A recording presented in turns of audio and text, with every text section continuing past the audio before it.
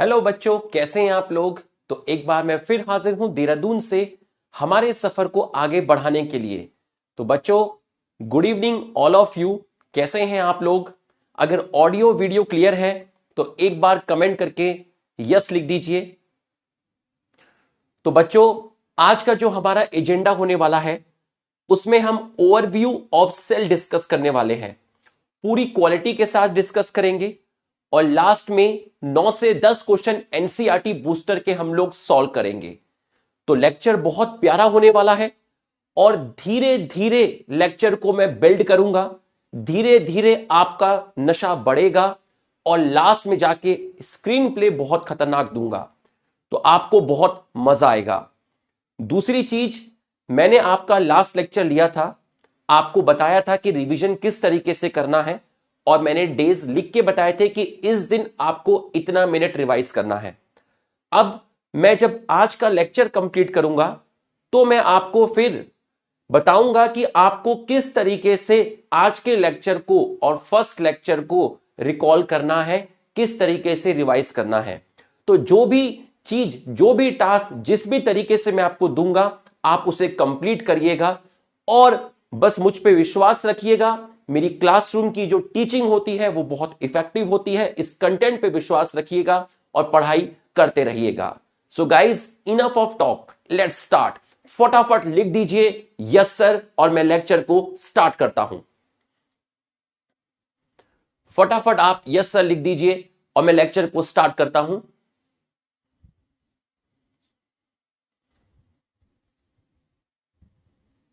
ठीक है, so enough of talk, let's start. Topic है बच्चों overview of cell. Overview of cell, ठीक है सर। तो हम सर सबसे पहले हेडिंग कौन सी डालें। सबसे पहले हेडिंग डाल बड़ा बड़ा लिखना है। आज लास्ट क्लास में बच्चों ने कहा था डीलिमिटिंग लेयर। ठीक है सर, मैंने हेडिंग डाल दी है डीलिमिटिंग लेयर। ठीक है, अब मैं डीलिमिटिंग का मतलब आपको समझाऊंगा, ध्यान से देखिएगा। बच्चों, मैंने कहा कि मेरे पास सेल है, तो बच्चों ने कहा कौन सी सेल है। मैंने कहा मेरे पास दो तरह की सेल है। एक को मैंने बोला प्लांट और दूसरे को मैंने बोला एनिमल। अगर मैं प्लांट सेल का डायग्राम आपको दिखाऊं, ठीक, तो प्लांट सेल के अंदर आपको बाहर की तरफ जो लेयर मिलेगी, बाहर की तरफ जो लेयर मिलेगी उसको आप बोलेंगे सेल वॉल, और अंदर की तरफ जो लेयर मिलती है उसको आप बोलते हैं सेल मेम्ब्रेन। बट अगर मैं एनिमल सेल की बात करूं तो एनिमल सेल में बाहर की तरफ जो लेयर मिलेगी उस लेयर को आप बोलते हैं सेल मेम्ब्रेन। तो बच्चों, डीलिमिटिंग लेयर का क्या मतलब है। मैंने एक सेल लिया, सेल को दो पार्ट में डिवाइड किया, एक प्लांट सेल, एक एनिमल सेल। प्लांट सेल में बाहर की तरफ है सेल वॉल, अंदर की तरफ है सेल मेम्ब्रेन। एनिमल सेल में बाहर की तरफ है सेल मेम्ब्रेन, क्योंकि एनिमल सेल में सेल वॉल नहीं होती। तो बच्चों, सेल वॉल और सेल मेम्ब्रेन, इनको आप बोलते हैं डीलिमिटिंग लेयर। इनको आप बोलते हैं डीलिमिटिंग लेयर। तो डीलिमिटिंग का मतलब होता है आउटर लेयर। डीलिमिटिंग का मतलब है आउटर लेयर। तो प्लांट सेल में आउटर लेयर है सेल वॉल, एनिमल सेल में आउटर लेयर है सेल मेम्ब्रेन। प्लांट सेल की delimiting layer cell wall, animal cell की डीलिमिटिंग लेयर सेल मेम्ब्रेन। ठीक, तो डीलिमिटिंग का मतलब होता है which makes boundary of cell, which makes boundary of cell, which makes boundary of cell. अब प्लांट का जो एग्जाम्पल है प्लांट का एग्जाम्पल एनसीईआरटी में दिया है onion peel cell, onion peel cell. बच्चों प्याज सभी ने देखी होगी, उस प्याज में एक पतली सी परत होती है, एक पतली सी लेयर होती है जिसको आप अनियन पील बोलते हो, ठीक। और एनिमल के अंदर एग्जाम्पल दिया है human cheek cell, human cheek cell. Class नहीं चल रही है?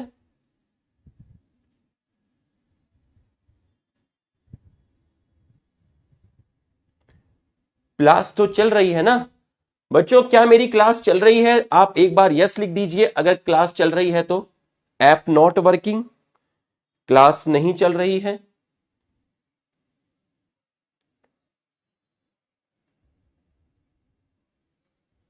चल रही है, क्लास चल रही है ना? अच्छा, बच्चे कह रहे थे क्लास नहीं चल रही है। ठीक है, ठीक, ओके, चल रही है, चल रही है, यस यस, ठीक है। एनिमल में एग्जाम्पल है आपका ह्यूमन चीक सेल। तो बच्चों यहां से अंदर से आप जो सेल निकालोगे उसको बोलते हैं ह्यूमन चीक सेल। तो एनिमल में आपका एग्जाम्पल हुआ ह्यूमन चीक सेल। तो ये हमारी पहली चीज हमारी खत्म हुई जिसको मैंने बोला डीलिमिटिंग लेयर, ठीक। नेक्स्ट जो टॉपिक आपका दिया है, इसके बाद नेक्स्ट टॉपिक आप हेडिंग डालेंगे, इसके बाद आप नेक्स्ट जो हेडिंग डालेंगे वो डालेंगे यूकैरियोटिक न्यूक्लियस। तो आप अगली हेडिंग डालिए मेरे साथ, यूकैरियोटिक न्यूक्लियस, यूकैरियोटिक न्यूक्लियस। पूरा फोकस करना, बहुत सारे मस्त मस्त क्वेश्चन लाया हूं एनसीईआरटी बूस्टर के, ये देखिए वर्ड टू वर्ड क्वेश्चन बनाए हैं। पूरा का पूरा फोकस करना, धीरे धीरे एकदम मजा आएगा। Eukaryotic nucleus. बच्चों अगर मैं आपसे यूकैरियोट के न्यूक्लियस की बात करता हूं, ठीक, यूकैरियोट के न्यूक्लियस की बात करता हूं, ध्यान से देखिएगा, पूरा का पूरा ध्यान से देखिएगा। न्यूक्लियस का अगर मैं डायग्राम बनाता हूं आपका, ध्यान से देखिएगा,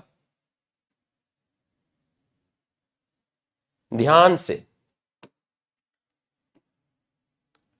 पहले मुझे बनाने देना डायग्राम,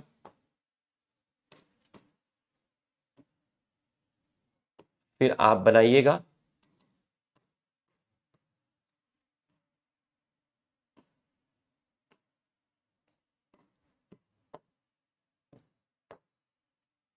ये हमने बनाया है न्यूक्लियस का डायग्राम, न्यूक्लियस का डायग्राम। अब इस डायग्राम के अंदर अगर मैं आपसे पूछता हूं, ठीक है, इस डायग्राम के अंदर अगर मैं आपसे पूछता हूं कि सबसे बाहर वाली ये जो है इस लेयर को क्या बोलेंगे, तो आप कहोगे सर इसको बोलेंगे आउटर एनएम। एनएम का क्या मतलब हुआ सर? एनएम का मतलब हुआ न्यूक्लियर मेम्ब्रेन, एनएम का मतलब हुआ न्यूक्लियर मेम्ब्रेन। तो न्यूक्लियस में बाहर की तरफ आपको क्या दिखी? ये वाली लेयर को मैंने बोला आउटर न्यूक्लियर मेम्ब्रेन। तो बच्चों अंदर वाली को क्या बोलूंगा? अंदर वाली को आप बोलेंगे इनर न्यूक्लियर मेम्ब्रेन। तो लिख के बताइए न्यूक्लियस में टोटल कितनी लेयर होती है, एक या दो? आप बोलेंगे दो। तो इनको अगर कोई आपसे पूछे कि न्यूक्लियस में आपकी कितनी लेयर है, तो आप बोलेंगे डबल लेयर, आप बोलेंगे डबल लेयर, ठीक। न्यूक्लियस में बाहर वाली आउटर न्यूक्लियर मेम्ब्रेन, अंदर वाली इनर न्यूक्लियर मेम्ब्रेन। तो टोटल लेयर हो गई है दो, ठीक। दूसरी चीज न्यूक्लियस के अंदर, दूसरी चीज न्यूक्लियस के अंदर एक स्ट्रक्चर पाया जाता है जिसका फंक्शन मैं अभी नहीं बताऊंगा, जिसका फंक्शन मैं बाद में बताऊंगा, क्योंकि इस चैप्टर में आपको सब डिटेल में पढ़ना है। Mitochondria, chloroplast, Golgi body, lysosome, endoplasmic reticulum, nucleus, सब डिटेल में पढ़ना है। अभी सिर्फ टॉपिक का, चैप्टर का ओवरव्यू दिया जा रहा है। इसके अंदर एक स्ट्रक्चर मिलता है, जिस स्ट्रक्चर को आप बोलते हैं न्यूक्लियोलस, जिसको आप बोलते हैं न्यूक्लियोलस। सर न्यूक्लियोलस का फंक्शन अभी नहीं, क्वेश्चन मार्क लगा के छोड़ दे, न्यूक्लियोलस का फंक्शन बाद में बताऊंगा। तो तेरा आउटर न्यूक्लियर मेम्ब्रेन है, इनर न्यूक्लियर मेम्ब्रेन है, तेरा न्यूक्लियोलस है, और इसके अंदर तेरा प्रेजेंट होती है एक चीज जिसको आप बोलते हैं क्रोमोसोम, जिसको आप बोलते हैं क्रोमोसोम। तो ये चीज जो तुमको दिखी, इस चीज को आप बोलेंगे क्रोमोसोम, इसको आप बोलेंगे क्रोमोसोम। तो आपको क्रोमोसोम दिखा, न्यूक्लियोलस दिखा, न्यूक्लियर मेम्ब्रेन दिखी। अब तुम्हारे दिमाग में आया कि सर क्रोमोसोम क्या है। अब आपके दिमाग में आया कि सर क्रोमोसोम क्या है। तो क्रोमोसोम को समझाने के लिए मैंने आपकी हेडिंग डाली, जिसको मैंने बोला यूक्रोमैटिक क्रोमोसोम। ध्यान से देखिएगा, यूक्रोमैटिक क्रोमोसोम। तो मैंने आपको न्यूक्लियस के अंदर दो लेयर दिखाई, न्यूक्लियोलस दिखाया और क्रोमोसोम दिखाया। अब किसी ने पूछा कि क्रोमोसोम क्या है, तो क्रोमोसोम को समझाने के लिए मैंने इस क्रोमोसोम को थोड़ा सा इस क्रोमोसोम को समझाने के लिए थोड़ा सा ध्यान से देखिएगा। क्रोमोसोम का स्ट्रक्चर नहीं समझा रहा हूं मैं आपको, क्रोमोसोम का स्ट्रक्चर तो इस चैप्टर के एंड में दिया है, ध्यान से समझना। ये मैंने कुछ इस तरीके से आपको दिखाया। तो बच्चों, ये जो आपको वी शेप दिख रहा है, ये जो वी शेप दिख रहा है, इसको आप बोलते हैं क्रोमैटिड। ये जो वी शेप दिखा क्रोमैटिड, ये जो वी शेप दिखा क्रोमैटिड। तो आप मुझे बताओ कि इस क्रोमोसोम में कितने क्रोमैटिड दिखे, एक या दो? इस क्रोमोसोम में आपको कितने क्रोमैटिड दिखे? अगर मैं आपसे पूछूं, इस क्रोमोसोम में ये आपका एक क्रोमैटिड है और ये आपका एक क्रोमैटिड है, तो आपको दिखे दो क्रोमैटिड। बिल्कुल सही। इस क्रोमोसोम के अंदर आपका प्रेजेंट है डीएनए। इस क्रोमोसोम के अंदर आपका प्रेजेंट है डीएनए। इस क्रोमोसोम के अंदर आपका प्रेजेंट है डीएनए। तो अगर मैंने आपसे पूछा ये क्या है, आप कहोगे दो स्ट्रैंड है। दो स्ट्रैंड मतलब double stranded, double stranded. DNA के कितने धागे लिपटे हुए हैं? दो धागे। तो आप बोलेंगे डबल स्ट्रैंडेड। ये डीएनए कैसा दिख रहा है? क्या ये सर्कुलर दिख रहा है या लीनियर दिख रहा है? आप बोलेंगे कि sir double standard linear DNA आपको दिखा। अब मेरी बात को ध्यान से समझना, ठीक? मुझे गोवा जाना है, ठीक है? अब गोवा में मुझे बैग लेके जाना है। अब अगर मैं अपनी जीन्स को सिंपल ऐसे ही डाल दूंगा बैग के अंदर, तो वो जीन्स ज्यादा स्पेस घेरेगी बैग के अंदर। तो मैं अगर जीन्स को फोल्ड करके रखूंगा तो वो बैग में स्पेस कम घेरेगी।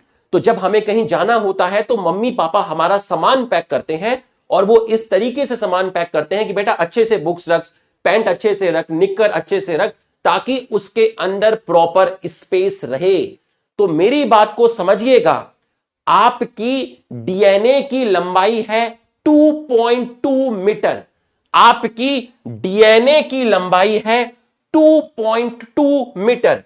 नोट डाल के लिखिएगा, आपकी डीएनए की लंबाई है 2.2 मीटर और न्यूक्लियस का साइज है 10⁻⁻⁻6 मीटर। न्यूक्लियस के अंदर डीएनए को डालना है। न्यूक्लियस है 10⁻⁻6 मीटर, डीएनए की लेंथ है 2.2 मीटर। 2.2 मीटर का धागा न्यूक्लियस के अंदर डालना है, तो उसको आप क्या करोगे? वो करोगे या पैक करोगे? उसको पैक करोगे। पैक करोगे तो ये जो डीएनए होता है, डीएनए पर नेगेटिव चार्ज होता है। तो कुछ प्रोटीन होते हैं जिनको बोलते हैं हिस्टोन प्रोटीन, और हिस्टोन प्रोटीन पर पॉजिटिव चार्ज है। डीएनए पर नेगेटिव चार्ज है, हिस्टोन प्रोटीन पर पॉजिटिव चार्ज है, तो नेगेटिव पॉजिटिव अट्रैक्ट करता है।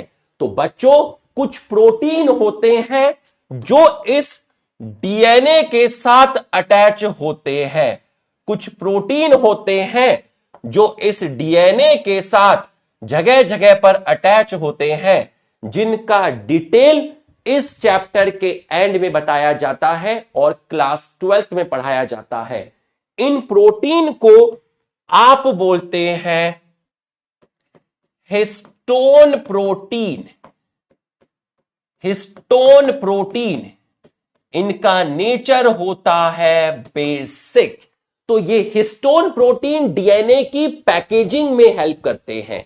ये हिस्टोन प्रोटीन डीएनए की पैकेजिंग में हेल्प करते हैं ताकि डीएनए स्पेस कम घेरे। आपकी जीन्स को फोल्ड कर दिया गया, तो जीन्स की फोल्डिंग में जो प्रोटीन हेल्प कर रहे हैं उनको हिस्टोन प्रोटीन बोलते हैं। जीन्स मतलब डीएनए। आपकी डीएनए की फोल्डिंग में, डीएनए की पैकेजिंग में जो प्रोटीन हेल्प करते हैं उनको हिस्टोन प्रोटीन बोलते हैं।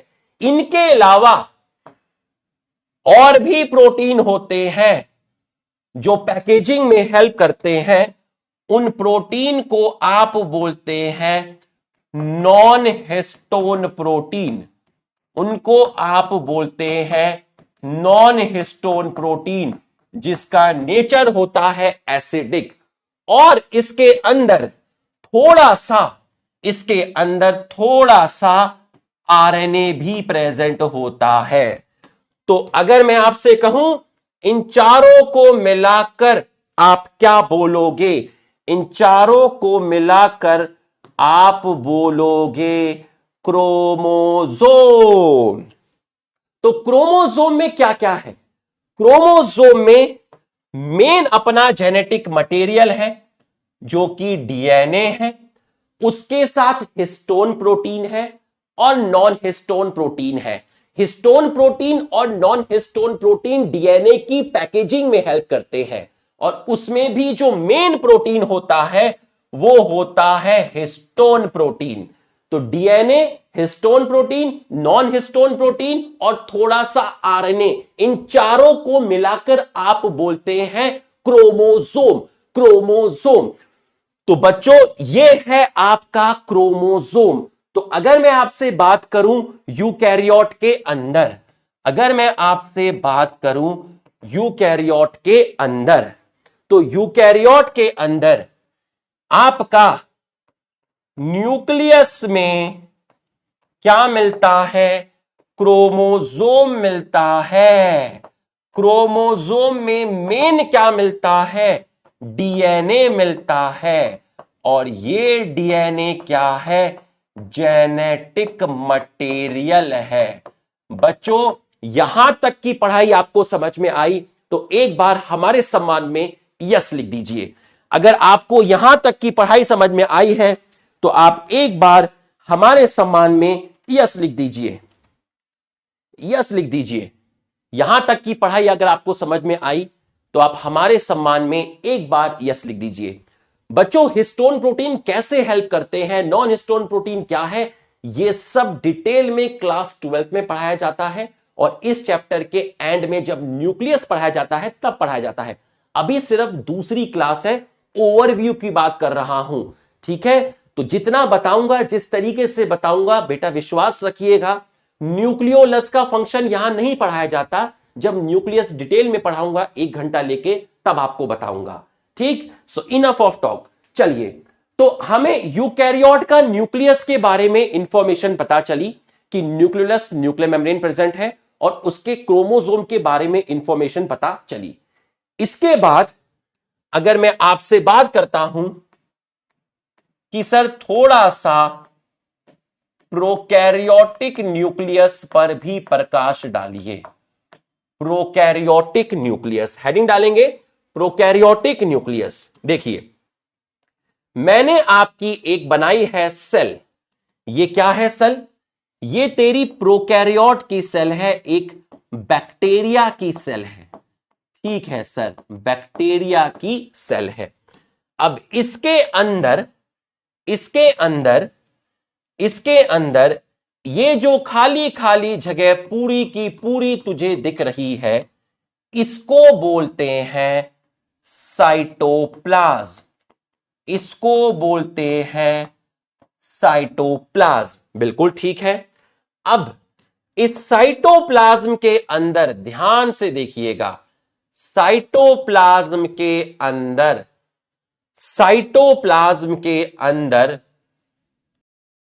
तुझे क्या दिखा? सर साइटोप्लाज्म के अंदर मुझे एक चीज दिखी। क्या दिखी? सर साइटोप्लाज्म के अंदर मुझे जो दिखा है उसको मैंने बोला डबल स्ट्रैंडेड सर्कुलर डीएनए। पहली चीज तो ये हो गई। ठीक, सर आपने यहां न्यूक्लियर मेम्ब्रेन क्यों नहीं दिखाई? आपने न्यूक्लियर मेम्ब्रेन क्यों नहीं दिखाई? नेशन वांट्स टू नो, आपने न्यूक्लियर मेम्ब्रेन क्यों नहीं दिखाई? इसलिए नहीं दिखाई क्योंकि nuclear membrane and nucleolus prokaryote में एब्सेंट है। तो आप मुझे बताइए, ये एक स्टेटमेंट बोलूंगा, बताना ट्रू है या फॉल्स है।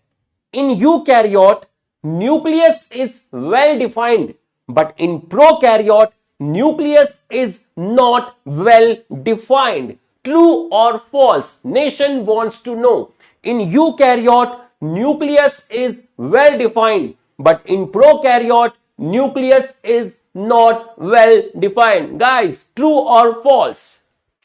True, true, true. तो मैं नेक्स्ट पॉइंट क्या लिखूंगा? नेक्स्ट पॉइंट मैं लिखूंगा न्यूक्लियस is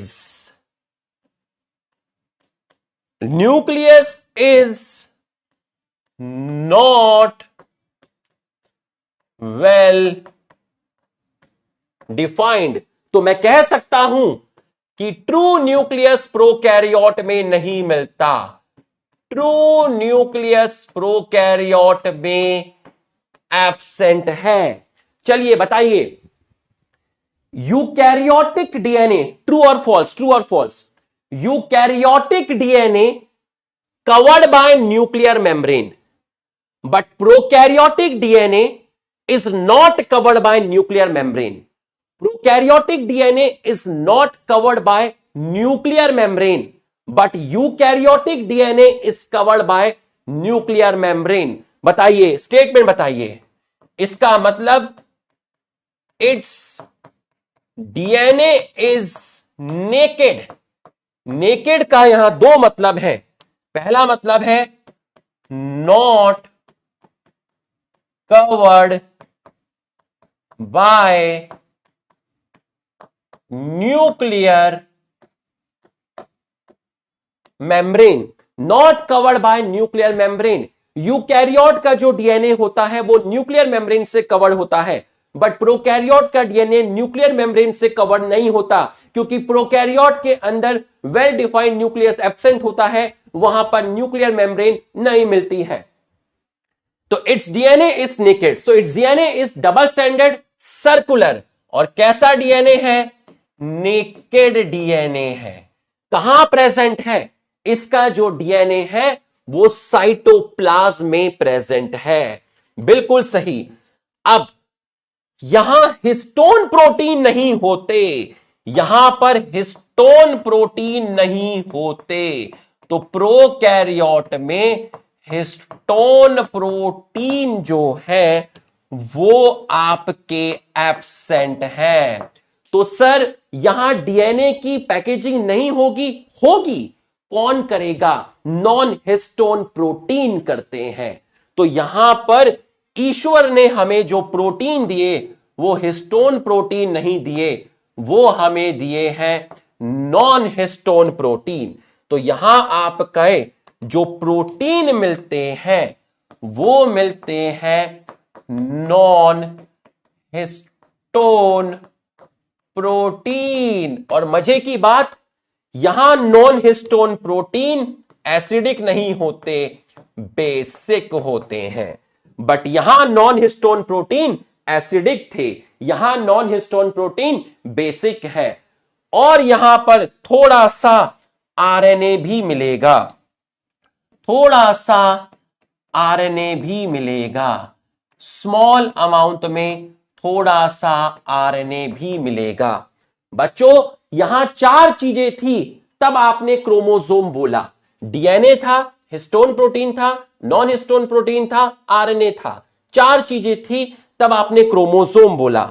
लेकिन यहां पर सिर्फ तीन चीजें हैं।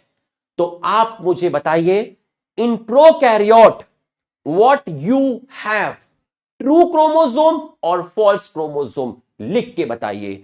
इन प्रोकैरियोट आपके पास क्या है, ट्रू क्रोमोसोम या false chromosome? Nation wants to know, लिख के बताइए। प्रोकैरियोट में डीएनए है, नॉन हिस्टोन प्रोटीन है, आरएनए है, बट प्रोकैरियोट में हिस्टोन प्रोटीन नहीं है। प्रोकैरियोट में हिस्टोन प्रोटीन नहीं है, इसलिए आप यहां पर वर्ड यूज करते हैं false chromosome, false chromosome present, false chromosome present, true chromosome absent, true chromosome absent. तो आपने न्यूक्लियस के बारे में जाना, और ये जो कंटेंट है जिसमें आपको ये डबल स्टैंडर्ड डीएनए दिख रहा है, इसी चीज को आप न्यूक्लियोइड भी बोल देते हो। इसी चीज को आप, ये जो आपको रीजन दिख रहा है साइटोप्लाज्म में, ये जो आपको डीएनए दिख रहा है जिसमें आपको नॉन हिस्टोन प्रोटीन दिख रहे हैं, इसको आप एक वर्ड और यूज कर देते हो जिसको बोलते हैं न्यूक्लियोइड। ठीक, न्यूक्लियोइड। तो बच्चों यहां तक की पढ़ाई आपको समझ में आई तो आप यस लिखिए। तो हमने प्रोकैरियोटिक न्यूक्लियस आपका पढ़ लिया है। ठीक, यहां तक की पढ़ाई आपको समझ में आई तो आप यस लिखिए। यहां तक की पढ़ाई आपको समझ में आई तो आप यस लिखिए। बस इसी तरीके से बैठते रहना। बहुत तकड़ा स्क्रीन प्ले दूंगा, धीरे धीरे क्लाइमैक्स पे लेके जाऊंगा। ठीक, पूरा का पूरा स्क्रीन प्ले अपना तकड़ा रहता है, क्लाइमैक्स में अपन बहुत खतरनाक करते हैं और फिर क्लास ओवर हो जाती है, और उसके बाद तुम और हम अपने रास्ते, सलाम नमस्ते, हंसते हंसते। ठीक, आ जाओ। तो यहां तक तुम्हें समझ में आया। तो तुम्हारे सर ने पहले क्या पढ़ाया? डीलिमिटिंग लेयर का मतलब होता है आउटर लेयर। प्लांट में आउटर लेयर है सेल वॉल, एनिमल में है सेल मेम्ब्रेन। प्लांट में एग्जांपल है अनियन पील, एनिमल में एग्जांपल है ह्यूमन चीक। यूकैरियोट के न्यूक्लियस में बाहर आउटर न्यूक्लियर मेम्ब्रेन, अंदर इनर न्यूक्लियर मेम्ब्रेन, दोनों को मिला के मैंने बोला डबल लेयर। ये है न्यूक्लियस, इसका फंक्शन अभी नहीं बताया। ये प्रेजेंट है क्रोमोसोम। एनएम का मतलब है न्यूक्लियर मेम्ब्रेन। क्रोमोसोम के अंदर धागे हैं, डबल स्टैंडर्ड हैं, 2 स्टैंड वाले धागे हैं। डीएनए कैसा है? लीनियर है। इसकी पैकेजिंग के लिए हिस्टोन प्रोटीन है, और पिंक कलर से दिखाया है नॉन हिस्टोन प्रोटीन, थोड़ा सा होता है आरएनए, चारों को मिला के बोला क्रोमोसोम।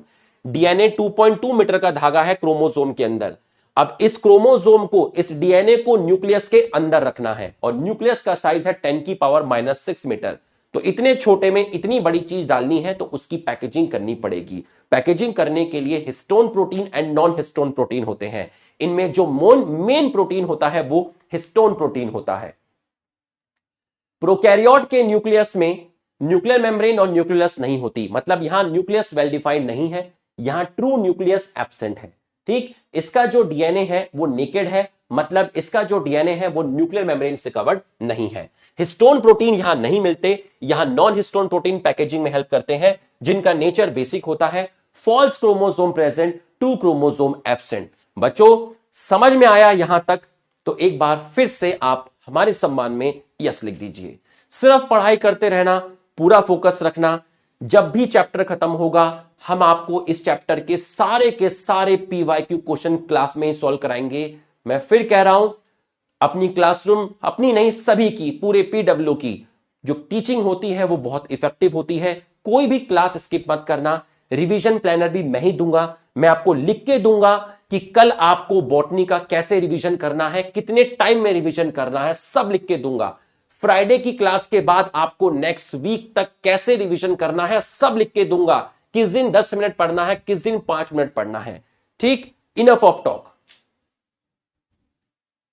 नेक्स्ट जो आप इसके बाद हेडिंग डालेंगे वो हेडिंग है आपकी साइटोप्लाज्म। नेक्स्ट हेडिंग जो आपकी डलेगी वो डलेगी आपकी cytoplasm.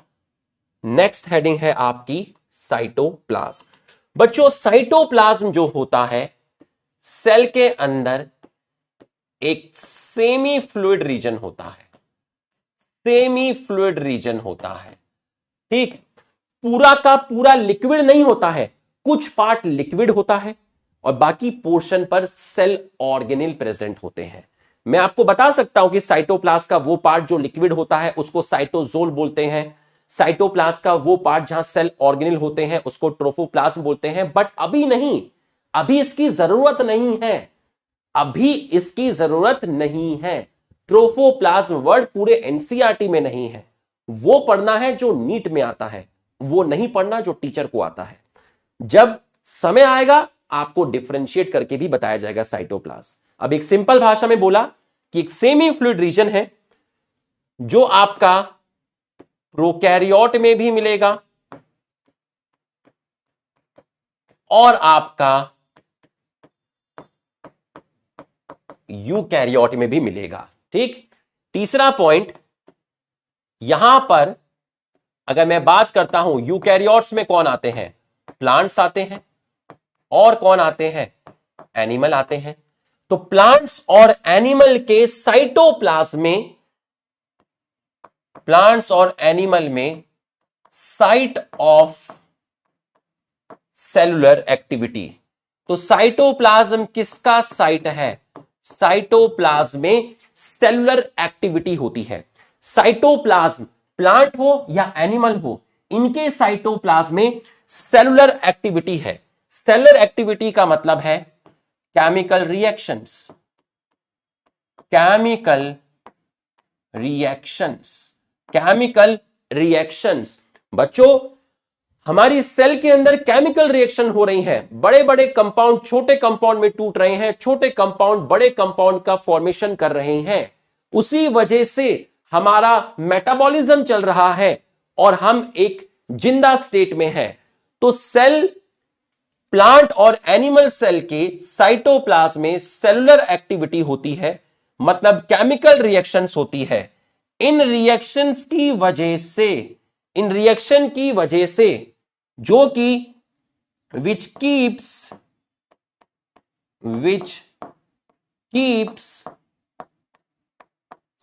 cell in living state। तो सेल के साइटोप्लाज्म में केमिकल रिएक्शन चल रही हैं जिसकी वजह से सेल जिंदा है, लिविंग स्टेट में है। तो ये आपने जाना साइटोप्लाज्म के बारे में। तो बच्चों हमने आपका कॉन्सेप्ट 3 पढ़ लिया। नेक्स्ट है कॉन्सेप्ट 4, जिसमें आप हेडिंग डालेंगे सेल ऑर्गेनेल, सेल ऑर्गेनेल। आप छोटी सी हेडिंग डालेंगे सेल ऑर्गेनेल, छोटी सी हेडिंग डालेंगे सेल ऑर्गेनेल।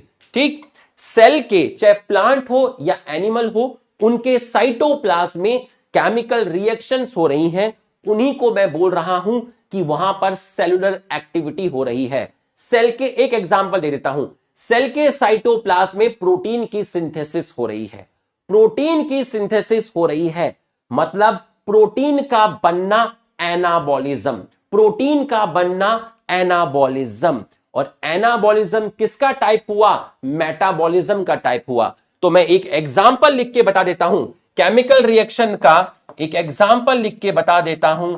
सेल के साइटोप्लाज्म में किसकी सिंथेसिस हो रही है? प्रोटीन की सिंथेसिस हो रही है, ठीक। और प्रोटीन की सिंथेसिस को आप बोलते हैं एनाबॉलिज्म। तो सेल के साइटोप्लाज्म में केमिकल रिएक्शंस हो रही हैं, ठीक है। उन केमिकल रिएक्शंस की वजह से सेल लिविंग स्टेट में है, और केमिकल रिएक्शन का एग्जांपल हो गया प्रोटीन की सिंथेसिस। बच्चों यहां तक समझ में आया तो एक बार सभी लोग हमारे सम्मान में यस लिख दीजिए, स्पीड में यस लिख दीजिए, ताकि मुझे पता चल जाए कि आपको यह चीज समझ में आ गई है और मैं कॉन्फिडेंस से आगे बढ़ जाऊं। नेक्स्ट आप जो छोटी सी हेडिंग डालेंगे वो आप डालेंगे सेल ऑर्गेनेल, ठीक है। नेक्स्ट आप डालेंगे सेल ऑर्गेनेल। बच्चों अगर मैं आपसे बात करता हूं यूकैरियोट के अंदर मेम्ब्रेन अरे दीवाने, ये तो बाढ़ आ गई रे बाबा थैंक यू ठीक। यूकैरियोट के अंदर आपके membrane bound cell organelle present होते हैं। तो ऐसे सेल ऑर्गेनेल जिनकी मेम्ब्रेन प्रेजेंट है वो आपके यूकैरियोट में मिलते हैं। ये सारे सेल ऑर्गेनेल आपको आगे पढ़ाए जाएंगे। जैसे एग्जाम्पल मैंने आपसे बोला कि यूकैरियोट में माइटोकॉन्ड्रिया मिलेगा, ये सब पढ़ोगे डिटेल में। आपका गोल्गी बॉडी मिलेगा, सब पढ़ोगे। आपका एंडोप्लाज्मिक रेटिकुलम मिलेगा, आपका लाइसोसोम मिलेगा, आपका वैक्यूल मिलेगा, आपका माइक्रोबॉडीज मिलेगी, ईटीसी सब मिलेगा, सब डिटेल में आपको पढ़ाया जाएगा। अगर मैं आपसे पूछूं माइटोकॉन्ड्रिया में कितनी मेम्ब्रेन है, तो 2 मेम्ब्रेन है। गोल्गी बॉडी में 1 मेम्ब्रेन है, ईआर में 1 मेम्ब्रेन है, लाइसोसोम में 1 मेम्ब्रेन है, वैक्यूल में 1 मेम्ब्रेन है, माइक्रोबॉडी में 1 मेम्ब्रेन है। तो ये सारे ऑर्गेनेल इस चैप्टर में 1 बाय 1 डिटेल में आपको पढ़ाए जाएंगे। तो यूकैरियोट में membrane bound cell organelle present होते हैं, बट अगर मैं प्रोकैरियोट की बात करता हूं तो ये सब आपके एब्सेंट होते हैं। अब जितने पॉइंट मैं यूकैरियोट और प्रोकैरियोट के कवर कर रहा हूं, इनको कवर करने के बाद मैं एक टेबल बना के दूंगा।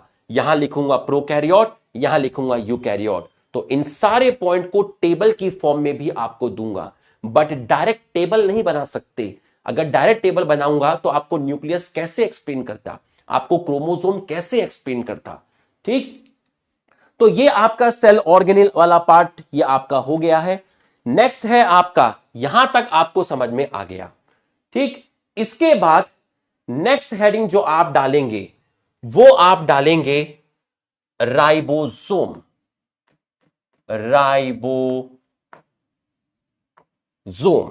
नेक्स्ट हेडिंग जो आप डालोगे वो डालोगे राइबोसोम। बच्चों अभी मैं आपको राइबोसोम का डिटेल नहीं पढ़ा रहा हूं, आप चाहे तो एनसीईआरटी देख सकते हैं। राइबोसोम तो बहुत आगे दिया हुआ है, ठीक है। बहुत हल्का सा आपको आइडिया दूंगा, जितना ओवरव्यू ऑफ सेल में दिया है, ठीक। मैं आपको ओवरव्यू ऑफ सेल पढ़ा रहा हूं, ओवरव्यू ऑफ सेल पढ़ा रहा हूं। यहां राइबोसोम के बारे में जितनी चीजें लिखी हैं मैं आपको सिर्फ उतना ही बताऊंगा। तो बच्चों अभी डिटेल में नहीं बता रहा हूं। राइबोसोम सबसे छोटा ऑर्गेनेल है, स्मॉलेस्ट ऑर्गेनेल है। सबसे छोटा है। राइबोसोम की मेम्ब्रेन नहीं होती, राइबोसोम मेम्ब्रेन लेस है। राइबोसोम प्रोटीन की सिंथेसिस करता है। हमारे शरीर में प्रोटीन को बनाने वाला राइबोसोम है और इसको पैलाडे साइंटिस्ट ने डिस्कवर किया था, इसलिए राइबोसोम को बोलते हैं पैलाडे पार्टिकल।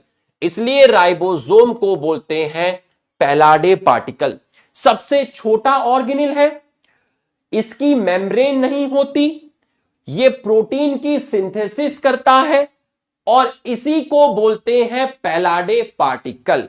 ठीक, राइबोसोम सबसे छोटा ऑर्गेनेल है, इसकी मेम्ब्रेन नहीं होती। यह हमारे अंदर प्लांट, एनिमल, प्रोकैरियोट, यूकैरियोट में प्रोटीन की सिंथेसिस करता है और इसको डिस्कवर किया था एक साइंटिस्ट ने जिनको नाम है पैलाडे। तो आप थोड़ा लार्ज लिखिए। ओके बेटा, मैं वैसे बड़ा लिख ही रहा हूं, बीच बीच में कहीं थोड़ा बहुत छोटा हो गया होगा तो मैं उसको बड़ा कर लूंगा, कोई दिक्कत नहीं है। ठीक, टेक इट इजी। तो पैलाडे साइंटिस्ट है जिन्होंने इसके बारे में बताया था, इसलिए राइबोसोम को बोलते हैं पैलाडे पार्टिकल।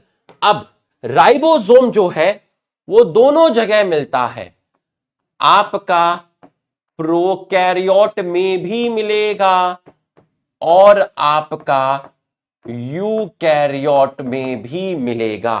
प्रोकैरियोट हो या यूकैरियोट हो, दोनों जगह आपका राइबोसोम मिलेगा। ठीक, अब ध्यान से समझना, यहां पर एक लाइन खींच दीजिए। ठीक, और यहां पर आपने एक लाइन खींच दी, यहां पर लिखिए प्रोकैरियोट। ठीक है, और यहां पर आप लिखिए यूकैरियोट। यूकैरियोट, यहां लिखा प्रोकैरियोट और यहां लिखा यूकैरियोट। अब आप एक सेल बनाइए, ये आपने एक सेल बना दी, प्रोकैरियोटिक सेल बना दी। प्रोकैरियोटिक सेल का ये जो पार्ट है इसको आपने बोला साइटोप्लाज्म। तो प्रोकैरियोट के साइटोप्लाज्म में जो राइबोसोम मिलेगा, जो राइबोसोम मिलेगा उसका नाम है 70S। एस का मतलब मैं चाहूं तो आपको बता सकता हूं, सेडिमेंटेशन कोफिशिएंट, सिडबर्ग यूनिट, बट अभी नहीं समझाऊंगा। जब आपको राइबोसोम डिटेल में पढ़ाऊंगा तब एस का मतलब बताऊंगा। तो अभी आप मत पूछिएगा, टीचर पर विश्वास रखिएगा, बी अ गुड लिसनर। जो टीचर कह रहा है कि ये चीज आगे पढ़ेंगे, अभी मत पूछ, तो उस चीज की रिस्पेक्ट करिएगा। ठीक है, अभी नहीं, अभी नहीं तो नहीं। ठीक, अभी सिर्फ डायरेक्ट याद रखना कि प्रोकैरियोट का राइबोसोम कौन सा है। प्रोकैरियोट का राइबोसोम है 70S। प्रोकैरियोट का राइबोसोम है 70S। 70 बस नाम याद रखना। एस का क्या मतलब है अभी नहीं बताऊंगा, अभी नहीं बताऊंगा। ठीक, तो प्रोकैरियोट के साइटोप्लाज्म में 70S राइबोसोम होता है।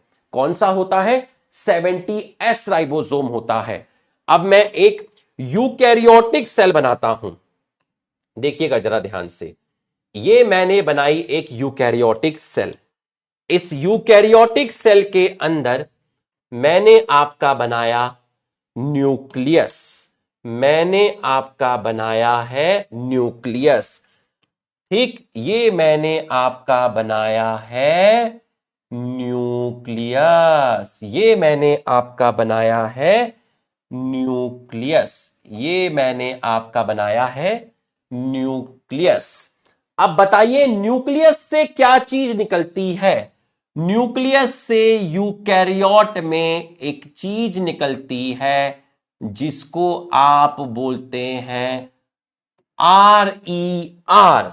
तो न्यूक्लियस से एक चीज निकलती है जिसके ऊपर राइबोसोम प्रेजेंट होते हैं।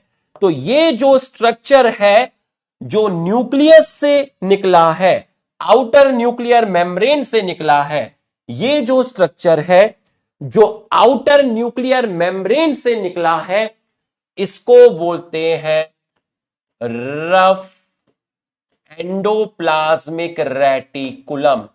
रफ एंडोप्लाज्मिक रेटिकुलम कहां से निकला बताइए? इनर न्यूक्लियर मेम्ब्रेन से निकला या फिर आउटर न्यूक्लियर मेम्ब्रेन से निकला बताइए?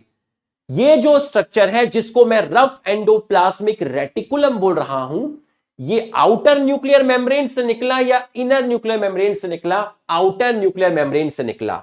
और इस पर आपको जो राइबोसोम दिख रहे हैं, इस पर आपको ये पिंक कलर से दिख रहे होंगे, ये है आपके एटीएस राइबोसोम। ये है आपके एटीएस राइबोसोम। ये है एटीएस राइबोसोम। ठीक। दूसरी चीज, यहां पर एटीएस राइबोसोम है और ये जो है इसका क्या है? साइटोप्लाज्म है। ये इसका क्या है? साइटोप्लाज्म है। ये है इसका साइटोप्लाज्म। तो अगर कोई आपसे पूछता है कि इसके साइटोप्लाज्म में कौन सा राइबोसोम है, तो आप कहोगे साइटोप्लाज्म में एटीएस है। प्रोकैरियोट के साइटोप्लाज्म में 70S है, यूकैरियोट के साइटोप्लाज्म में एटीएस है। यूकैरियोट में जो रफ एंडोप्लाज्मिक रेटिकुलम है उस पर भी एटीएस राइबोसोम है। लेकिन यूकैरियोट में एक चीज मिलती है जिसको आप बोलते हैं माइटोकॉन्ड्रिया। यूकैरियोट में एक चीज मिलती है जिसको आप बोलते हैं माइटोकॉन्ड्रिया। तो यूकैरियोट में, माइटोकॉन्ड्रिया में 70S राइबोसोम है। यूकैरियोट के साइटोप्लाज्म में जो माइटोकॉन्ड्रिया मिलता है, उस माइटोकॉन्ड्रिया में 70S राइबोसोम है। यूकैरियोट के माइटोकॉन्ड्रिया में 70S, यूकैरियोट के साइटोप्लाज्म में 80S, यूकैरियोट में RER पर 80S, यूकैरियोट के माइटोकॉन्ड्रिया में 70S, यूकैरियोट के RER में 80S, यूकैरियोट के साइटोप्लाज्म में 80S, प्रोकैरियोट के साइटोप्लाज्म में 70S। और यूकैरियोट के अंदर एक चीज और मिलती है जिसको आप बोलते हैं क्लोरोप्लास्ट, जिसको आप बोलते हैं क्लोरोप्लास्ट। और क्लोरोप्लास्ट के अंदर भी आपका कौन सा राइबोसोम मिलेगा? 70S। यूकैरियोट के साइटोप्लाज्म में 80S, यूकैरियोट के साइटोप्लाज्म में माइटोकॉन्ड्रिया में 70S, यूकैरियोट के साइटोप्लाज्म में क्लोरोप्लास्ट में 70S, यूकैरियोट के RER में 80S, यूकैरियोट के साइटोप्लाज्म में 80S, यूकैरियोट के साइटोप्लाज्म में जो माइटोकॉन्ड्रिया है उसमें 70S, यूकैरियोट के साइटोप्लाज्म में जो क्लोरोप्लास्ट है उसमें 70S, यूकैरियोट्स के एंडोप्लाज्मिक रेटिकुलम में 80S। यहां तक समझ में आया तो आप यस लिखिए।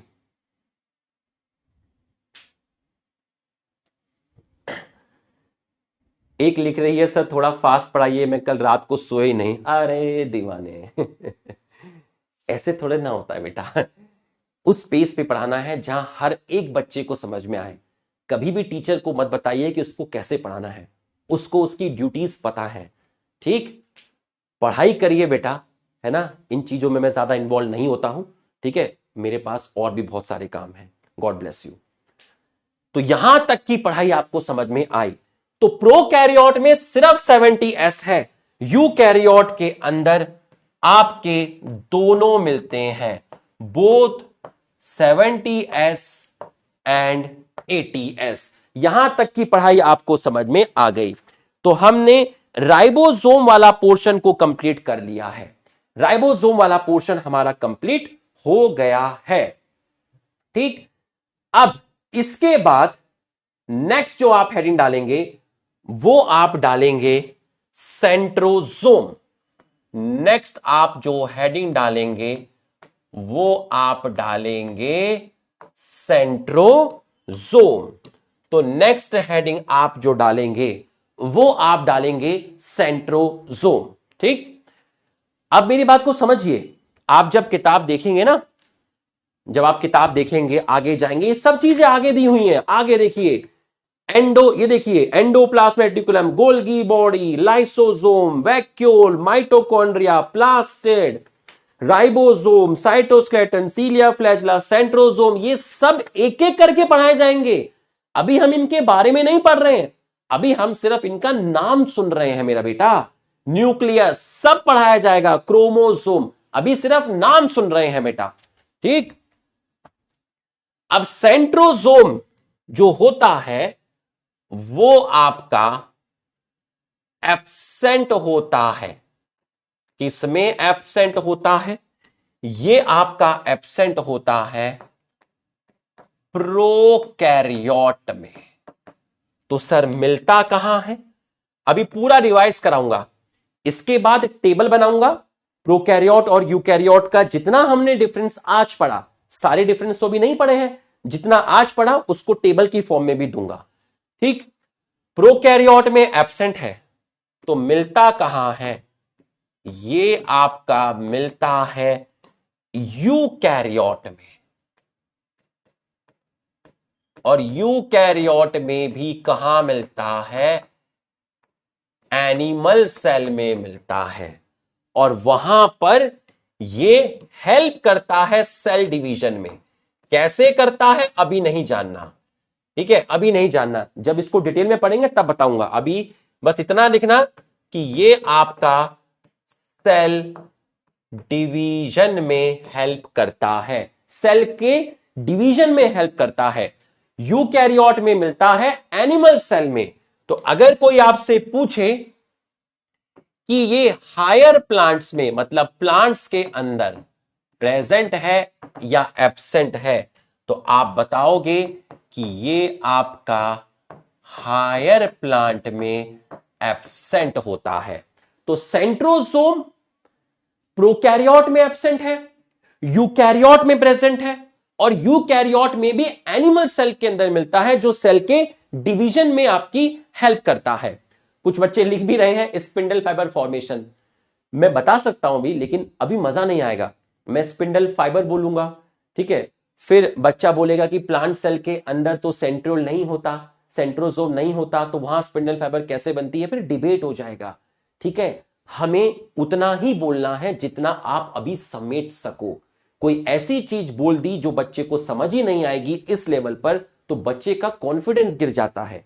तो इसलिए अगर मैं कोई चीज कहता हूं उसको आगे पढ़ेंगे तो उसको आगे पढ़ेंगे। ठीक बेटा, फॉन्ट साइज बढ़ा तो रहा हूं, चलो और बढ़ा दूंगा। अरे दीवाने, मेक इट लार्ज करता हूं बाबा, देखिएगा इधर। ठीक है, एब्सेंट है हायर प्लांट के अंदर। ठीक, तो सेंट्रोसोम का जो पार्ट होता है, जब आप पढ़ोगे आगे जाके तो आपको बताया जाएगा कि एक सेंट्रोसोम के अंदर आपको बताया जाएगा कि एक सेंट्रोसोम के अंदर 2 सेंट्रियोल होते हैं। ये जो मैंने चीज बनाई है ये सेंट्रियोल है। ये क्या है? सेंट्रियोल है। जैसे कटोरी है, कटोरी के अंदर गुलाब जामुन है, कटोरी का मतलब है सेंट्रोसोम। ठीक है, कटोरी का मतलब है सेंट्रोसोम, और गुलाब जामुन का मतलब हो गया गुलाब जामुन का मतलब हो गया सेंट्रियोल। तो centrosome consist of centriole, centrosome consist of centriole. Centrosome के अंदर आपके 2 सेंट्रियोल मिलते हैं, बस इतना याद रखना। अभी बस इतना याद रखना, एक सेंट्रोसोम में 2 सेंट्रियोल आपके मिलते हैं, और इसकी भी मेम्ब्रेन नहीं होती, ये भी नॉन मेम्ब्रेनस है, मतलब मेम्ब्रेन लेस है, ये भी आपका मेम्ब्रेन लेस है। बस इतना याद रखना बच्चों। यहां तक हायर प्लांट का मतलब होता है एंजियोस्पर्म, जिम्नोस्पर्म, एंजियोस्पर्म, जिम्नोस्पर्म। यहां तक समझ में आया तो एक बार हमारे सम्मान में यस लिख दीजिए। अब मैं आपका एक टेबल बनाऊंगा, प्रोकैरियोट और यूकैरियोट में आपका डिफरेंस बताऊंगा, ठीक, और उसके बाद पूरा रिवाइज कराऊंगा, फिर एक छोटा सा टॉपिक और पढ़ाऊंगा, फिर पूरा रिवाइज कराऊंगा और फिर एनसीईआरटी बूस्टर भी कराऊंगा, और जो कल का लेक्चर था उसका भी 5 मिनट में रिवीजन कराऊंगा।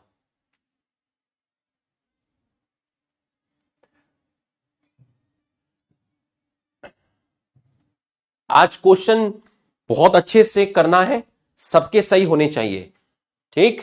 अब आप एक टेबल बनाइए, ठीक है। अब आप एक टेबल बनाएंगे बेटा, यहां पर आप लिखेंगे प्रोकैरियोट और यहां आप लिखेंगे यूकैरियोट, ठीक। और ये एक प्यारी सी टेबल बनाएंगे, इस तरीके से आप टेबल बनाएंगे, ऐसे टेबल बनाई जाती है, ठीक, ये ऐसे। और यहां आप लिखेंगे कैरेक्टर, कैरेक्टर। बच्चों 2 साल की जर्नी है अच्छे से फोकस करके डेली पढ़ाई करिएगा। मैं पूरा प्लानर आपको दिया करूंगा, हर दिन कैसे रिवीजन करना है। आपको कभी दिक्कत नहीं आएगी कि सर हमें अर्जुना बैच में पढ़ते हुए 3 महीने हो गए हैं, बट आपने जो 3 महीने पहले पढ़ाया था वो मैं भूल चुकी हूं। नहीं, तुम कभी भी ये बात मुझसे नहीं कर पाओगी, क्योंकि मैं तुम्हें करने नहीं दूंगा। मैं तुम्हें पूरा रिवीजन प्लानर दूंगा, हर दिन का किस तरीके से तुम्हें पढ़ाई करनी है। चलिए बताइए, किसका साइज छोटा होता है? बैक्टीरिया छोटा होता है या एनिमल छोटा होता है? प्रोकैरियोट और यूकैरियोट में कौन छोटा है?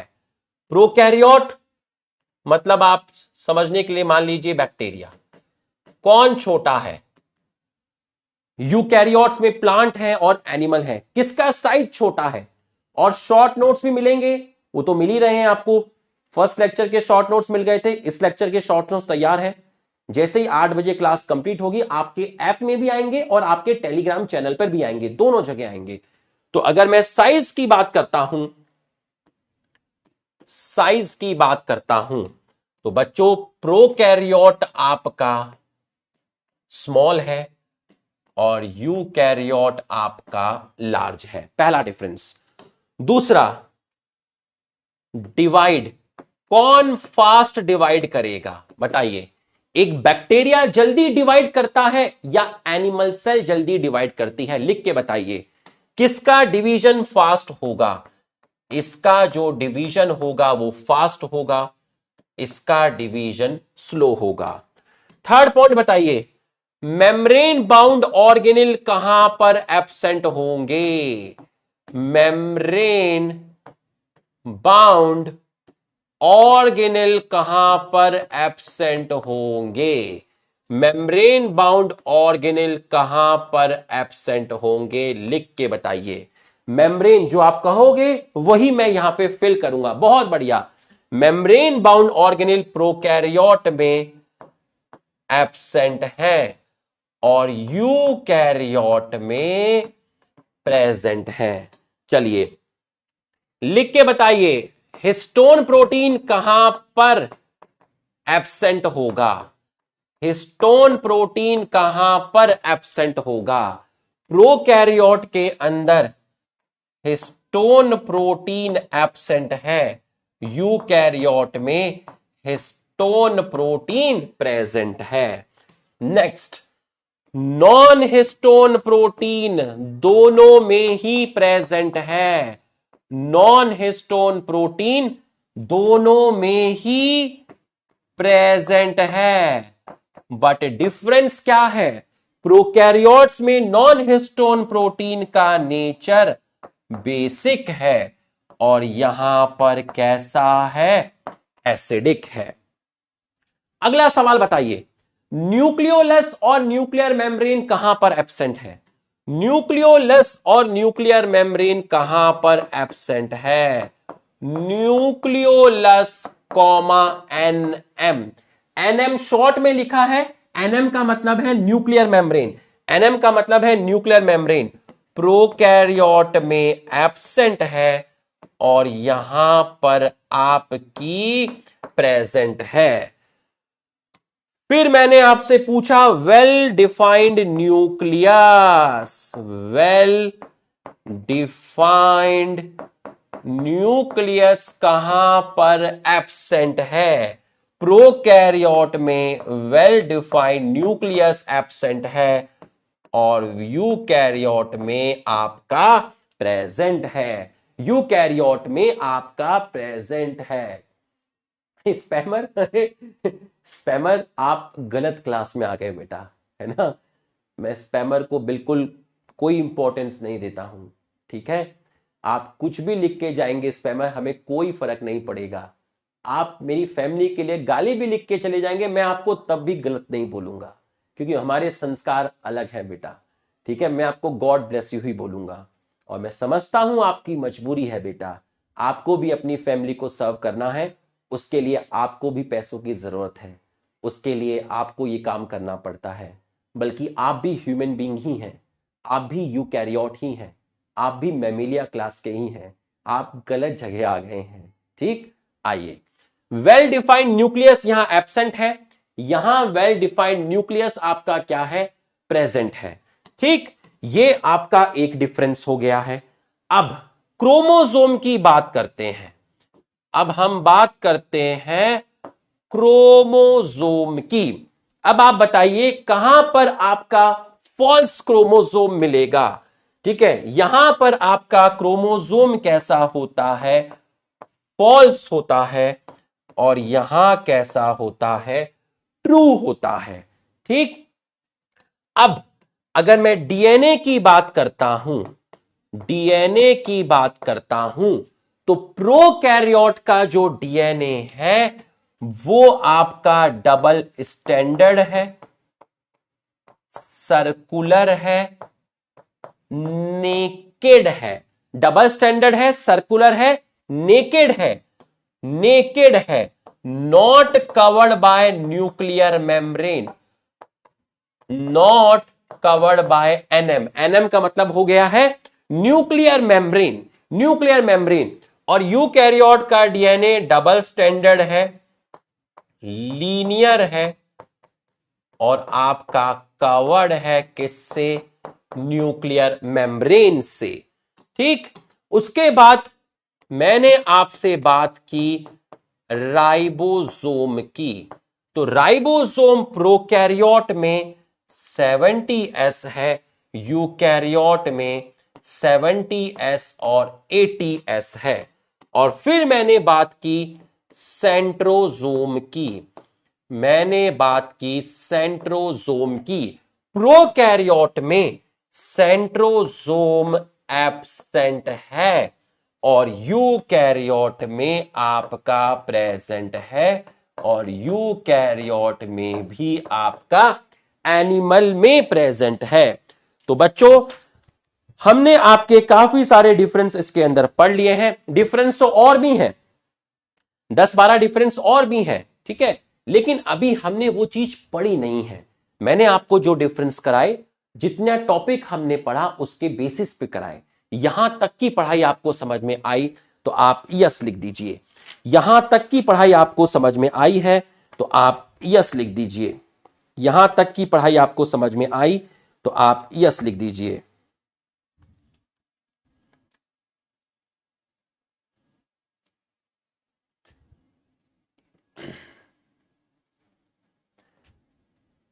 यहां तक की पढ़ाई आपको समझ में आई तो आप एक बार यस लिख दीजिए। ठीक है, बहुत बढ़िया, शाबाश। ऐसे यही जोश रखना है, ठीक है, यही जोश बनाए रखना है, बहुत बढ़िया, शाबाश। आने वाले वक्त को बहुत उम्मीदें हैं, ठीक। आइए अब लास्ट टॉपिक, आज का लास्ट टॉपिक, फिर पूरे कंटेंट का रिवीजन मिलेगा, ठीक है, और उसके बाद हम एनसीईआरटी बूस्टर करेंगे, ठीक है।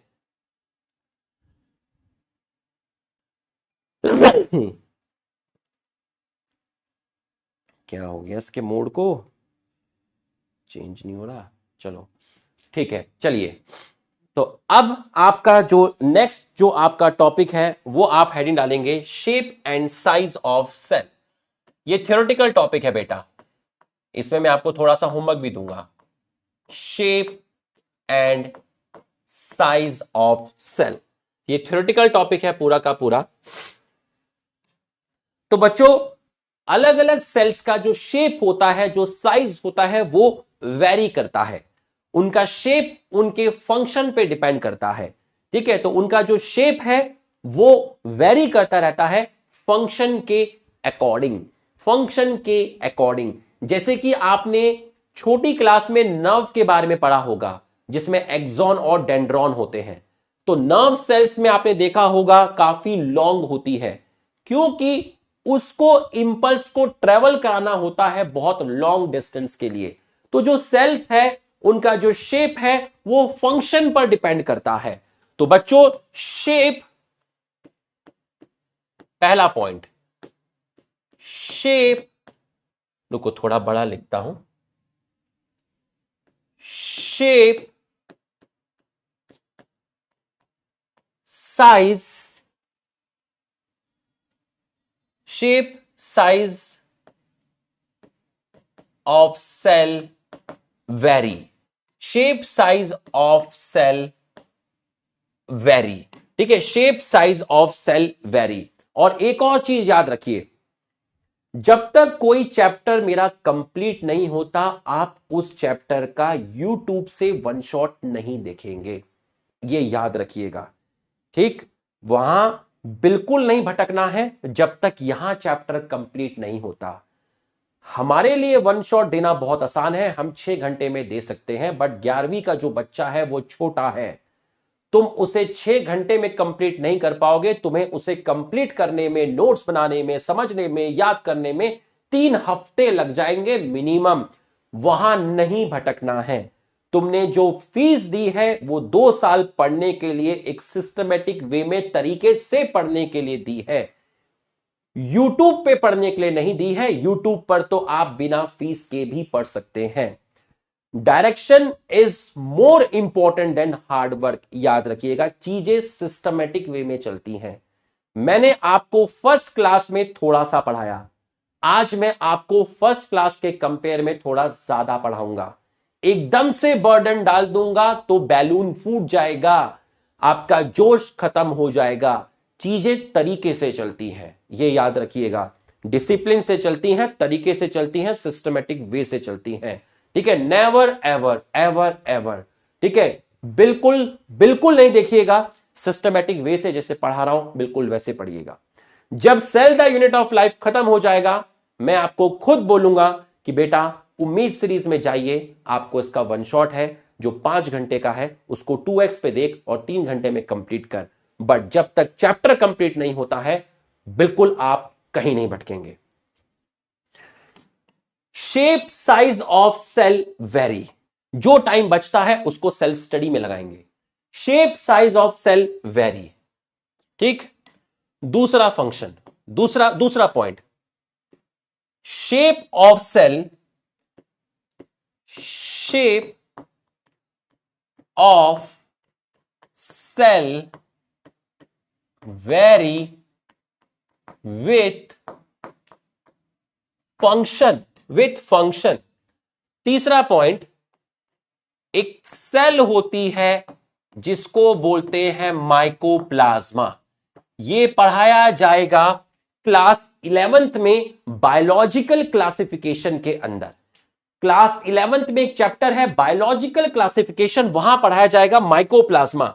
माइकोप्लाज्मा प्रोकैरियोट होता है, माइकोप्लाज्मा प्रोकैरियोट होता है, और ये सबसे छोटी सेल है, ठीक है, ये सबसे छोटी सेल है, स्मॉलेस्ट सेल है, सबसे छोटी सेल है, यूनिसेलुलर है, यूनिसेलुलर ऑर्गेनिज्म है।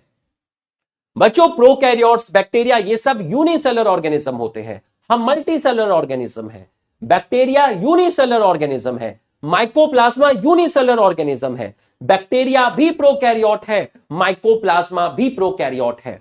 बैक्टीरिया भी प्रोकैरियोट है, माइकोप्लाज्मा भी प्रोकैरियोट है। बैक्टीरिया भी यूनिसेलुलर है, माइकोप्लाज्मा भी यूनिसेलुलर है। ये स्मॉलेस्ट सेल होती है जिसका दिया हुआ है 0.3 माइक्रोमीटर इन लेंथ, ये आप याद रखेंगे। ठीक, दूसरा इन्होंने बैक्टीरिया का दिया हुआ है, बैक्टीरिया भी प्रोकैरियोट है, बैक्टीरिया भी यूनिसेलुलर है। बैक्टीरिया का जो साइज दिया हुआ है वो 3 to 5 माइक्रोमीटर इन डायमीटर, तो आप ये भी याद रखेंगे। ठीक है, और अभी आप आगे मत जाइएगा, जो डायग्राम बने हुए हैं बैक्टीरिया का यहां पे मत जाइएगा। ठीक है, अभी आप यहां पर बिल्कुल मत जाइएगा। तो बैक्टीरिया आपका 3 to 5 माइक्रोमीटर आपको दिया गया है। ठीक, इसके बाद आप आगे जाएंगे तो आपने सुना होगा कि जो ऑस्ट्रिच का जो एग होता है, ऑस्ट्रिच का जो एग होता है, ठीक है, ऑस्ट्रिच का एग, एग एक सेल है अपने आप में। ऑस्ट्रिच का एग ये लार्जेस्ट सेल होती है। ऑस्ट्रिच चिड़िया का जो एग है ये लार्जेस्ट होता है। ठीक, तो 15 सेंटीमीटर है, बट हमें साइज याद नहीं रखना क्योंकि किताब के अंदर नहीं लिखा है। ठीक है, अब हम किसी मल्टीसेलुलर ऑर्गेनिज्म के अंदर जाते हैं और आरबीसी के साइज की बात करते हैं। तो आरबीसी का साइज लिखा हुआ है 7 माइक्रोमीटर। ठीक है, 7 माइक्रोमीटर आपका आरबीसी का साइज है। और हमारे अंदर, हम लोग मल्टीसेलुलर हैं, हमारे अंदर जो नर्व सेल होती है वो काफी लॉन्ग होती है। तो हमारे अंदर जो नर्व सेल है वो आपकी काफी लॉन्ग होती है। आरबीसी का आ गया है 7 माइक्रोमीटर इन डायमीटर। तो बच्चों ये कुछ डेटा है जो आपको याद करना है, ये डेटा है जो आपको याद करना है। Bacteria 3 to 5 micrometer, ostrich egg सबसे बड़ा होता है, RBC 7 micrometer, nerve cells human के अंदर लॉन्गेस्ट सेल होती है, ह्यूमन के अंदर लॉन्गेस्ट सेल होती है। Bacteria 3 to 5 micrometer, mycoplasma 0.3 micrometer, ये आपको याद रखना है। और जो शेप है सेल के वो अलग अलग हो सकते हैं। जब आप जूलॉजी पढ़ोगे तो वहां पर ये सब वर्ड आते हैं, क्यूबॉइडल एपिथीलियम, कॉलुमनार एपिथीलियम, ये सब जूलॉजी के अंदर आपको मिलेंगे। ठीक है, तो शेप ऑफ सेल कैसा है? शेप ऑफ सेल डिस्क जैसा भी हो सकता है। ठीक है, आपका क्यूबॉइडल भी हो सकता है, आपका कॉलुमनार भी हो सकता है। ठीक है, अलग अलग शेप हो सकते हैं। आपका इर्रेगुलर भी हो सकता है और ईटीसी, अलग अलग आपके शेप मिल सकते हैं। आपको क्या करना है, आपको मैं क्या होमवर्क दूंगा, आपको जो मैं होमवर्क दूंगा, आपको ये सारे शेप, आरबीसी का shape round and by concave copy में लिखना है। व्हाइट ब्लड सेल, ये सब जूलॉजी में पढ़ेंगे, ये सब जूलॉजी में पढ़ेंगे, हमारे में नहीं पढ़ेंगे, हमारे में नहीं पढ़ेंगे। डब्ल्यूबीसी का शेप कॉपी में लिख लेना, कॉलुमनार एपिथेलियम का शेप कॉपी में लिख लेना, होमवर्क रहेगा। ठीक है, नर्व सेल का शेप कैसा है, होमवर्क कर लेना, ये लिखा हुआ है। ट्रैकिड्स का शेप कैसा है, लिख लेना। मीजोफिल सेल का शेप कैसा है, लिख लेना। ट्रैकिड क्या होता है, प्लांट एनाटॉमी में पढ़ते हैं, यहां नहीं पढ़ते।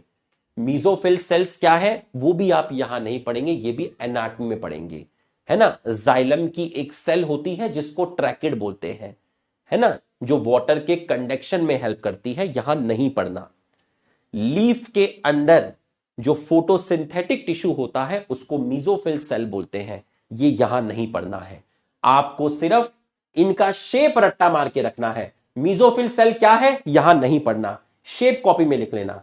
ट्रैकिड क्या है यहां नहीं पढ़ना, शेप कॉपी में लिख लेना। नर्व सेल क्या है यहां नहीं पढ़ना, शेप कॉपी में लिख लेना। ठीक, रेड ब्लड सेल्स ये सब नहीं पढ़ना, शेप कॉपी में लिख लेना।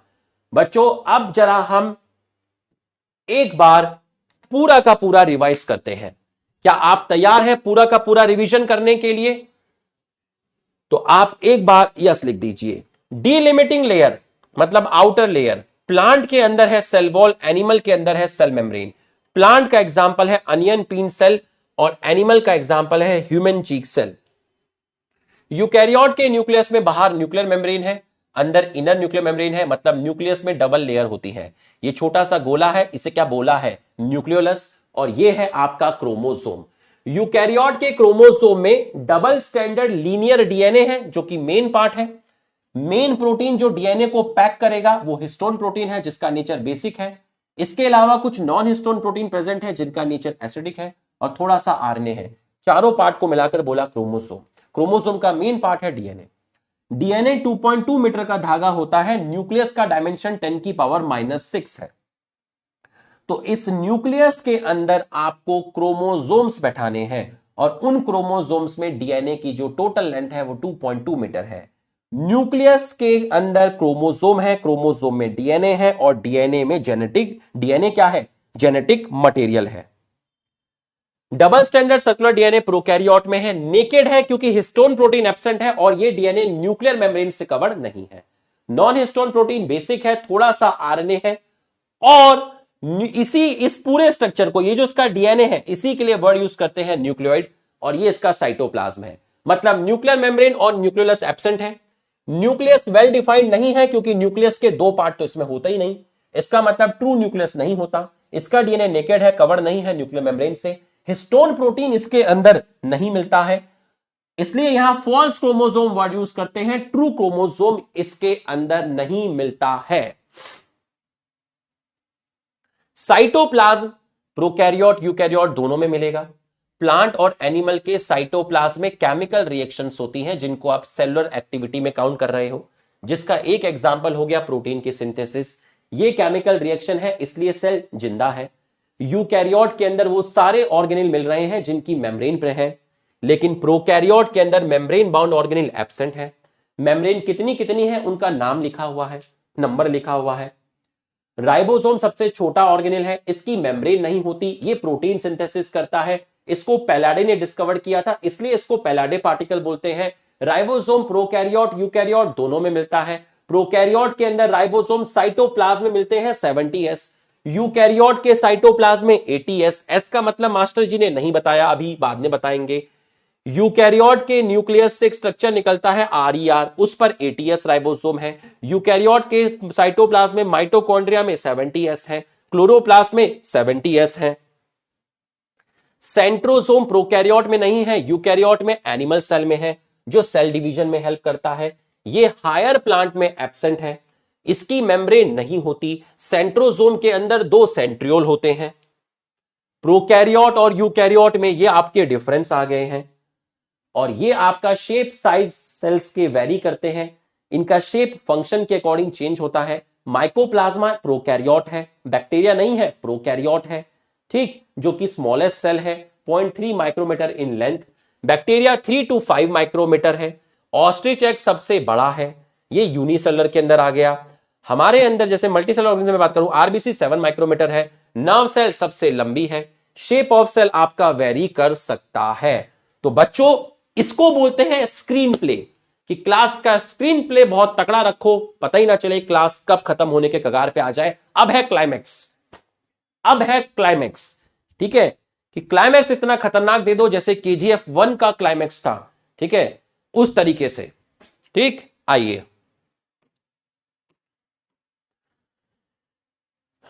पोल भी करवा लेंगे। यू हैव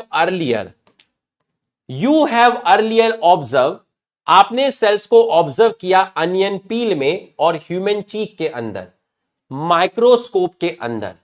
तो आपने यह देखा कि जो अनियन सेल है वो टिपिकल प्लांट सेल है जिसमें आपकी डिस्टिंक्ट सेल वॉल है। डिस्टिंक्ट का मतलब होता है सेल वॉल क्लियरली विजिबल है, सेल वॉल क्लियरली विजिबल है।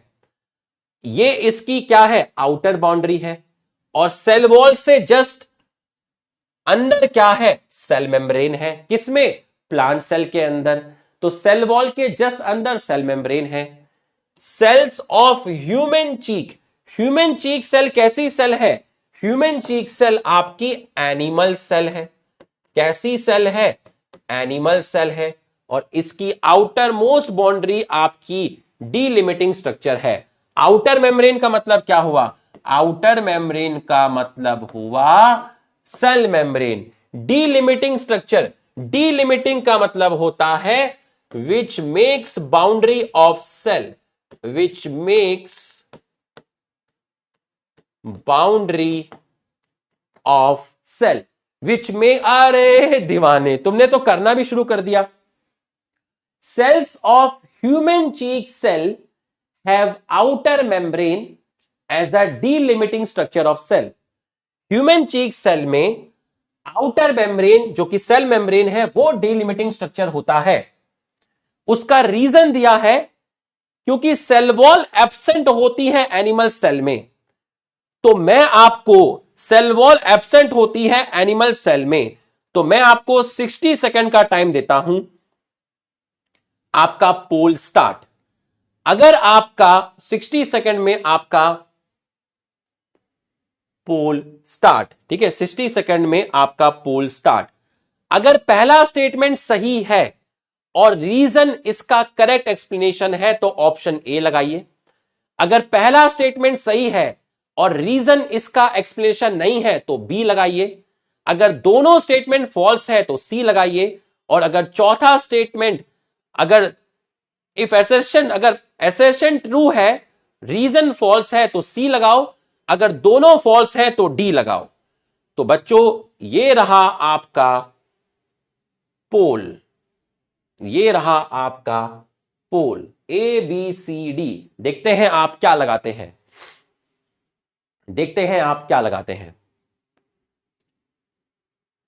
ए B C D, A B C D.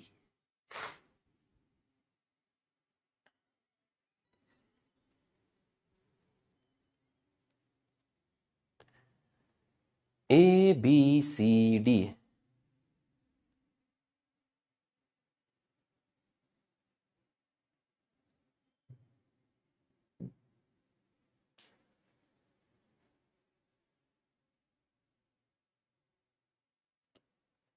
आया क्यों नहीं? हाँ ये रहा। 65% लोगों ने, 65% लोगों ने, जोशिका, अमन, सिद्धार्थ, बहुत बढ़िया, बहुत बढ़िया खेले, बहुत बढ़िया खेले। आपको मिलता है क्लिनिक प्लस का एक शैंपू। मजाक कर रहा हूं, बहुत बढ़िया। तो बच्चों ध्यान से आप देखिएगा, ध्यान से आप इस चीज को देखिएगा। ह्यूमन चीक सेल में आउटर मेम्ब्रेन डीलिमिटिंग लेयर है, मतलब ह्यूमन चीक सेल में आउटर लेयर, आउटर लेयर जो है वो डीलिमिटिंग है। आउटर लेयर डीलिमिटिंग क्यों है? क्योंकि एनिमल सेल में सेल वॉल नहीं होती। अगर एनिमल सेल में सेल वॉल होती तो फिर आउटर लेयर सेल मेम्ब्रेन नहीं होती, आउटर लेयर तो सेल वॉल होती ना। इसका मतलब रीजन भी सही है। आपको समझ में आया तो आप यस लिखिए। आपका गलत हुआ वो इतना इंपॉर्टेंट नहीं है मेरे लिए, इंपॉर्टेंट है कि अब आपको समझ में आया, तो आप यस लिखिए। अरे दीवाने लिखना।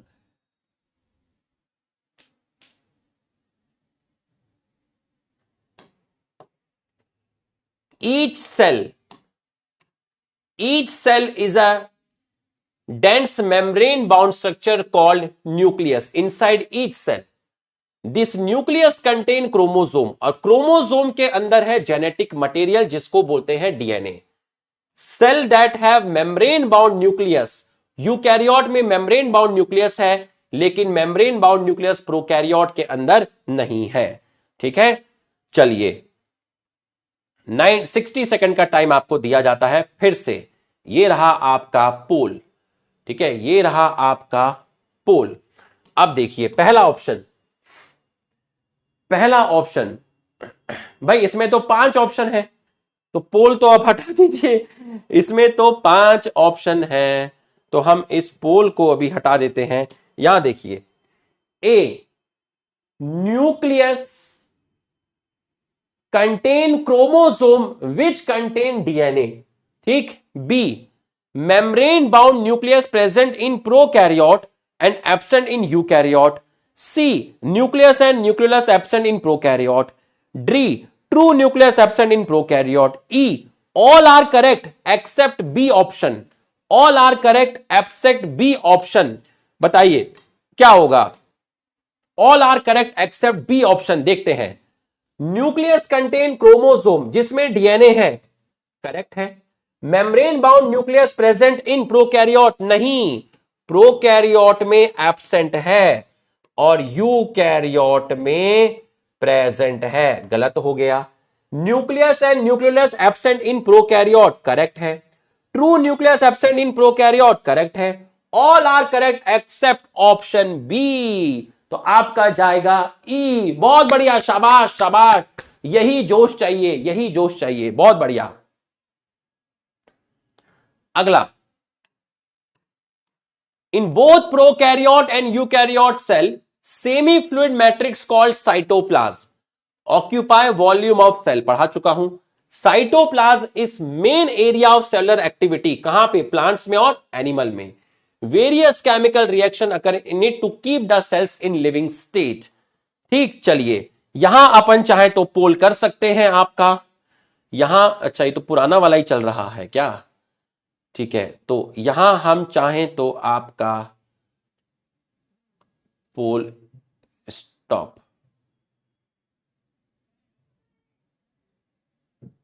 चलो, if both assertion and reason are true, cytoplasm is main area of cellular activity in both plant and animal, correct है।